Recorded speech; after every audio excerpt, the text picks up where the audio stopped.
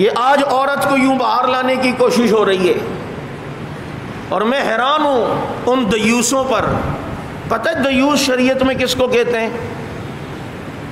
دیوس اس مرد کو کہتے ہیں جس کے ماتحت عورتیں فحاشی اور بے پردگی اختیار کریں اور یہ کچھ بھی نہ کہے، یہ دیوس ہے۔ اسے شریعت نے دیوس کہا ہے۔ اب یہ جو آزادی کا جھانسا دے کر لاتے ہیں، ذرا سوچیں، یہ قوم کی بیٹیاں بھی اس بات کو سوچیں کہ اصل میں ہم چاہ رہے ہیں کہ ہم یورپ کی پیروی کریں، اور یہ آواز سب سے پہلے یورپ نے اٹھائی تھی کہ عورت گھر میں بیٹھنے کے لیے ہوتی ہے، عورت تو باہر آنے کے لیے، کام کرے، وہ بھی کمائے۔ اب کمانے کے لیے عورت کو بھی آواز لگی، عورت بھی کمانے لگی۔ اب وہ بھی شام کے تھکی ہوئی آتی، یہ بھی شام سے تھکا ہوا تھا۔ اب گھر کے کام کاج یہ کون کرے گا؟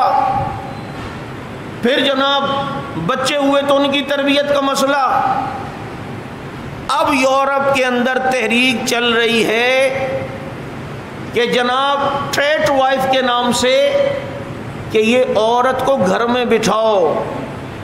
عورت کی جسمانی ساخت اتنی نہیں ہے، ایسی نہیں ہے کہ جس کو ہم 12 گھنٹے جاب کروائیں، وہ آ کر تھکی ہوئی ہوگی۔ یہ کام مرد کرے، عورت کو گھر پہ بٹھاؤ تاکہ وہ بچوں کی اچھی تربیت کر سکے، گھر کی دیکھ بھال کر سکے، شوہر تھکا ہوا آئے تو اس کو مسکرا کر مل سکے۔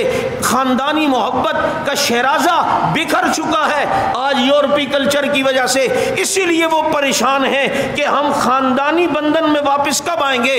باپ اور ماں کو تو یہ اولڈ سینٹروں میں بھیج چکے ہیں، بچوں کو تو یہ جناب ماسیوں اور یہ اسی طرح آیاؤں کے رحم و کرم پہ چھوڑ دیا ہے۔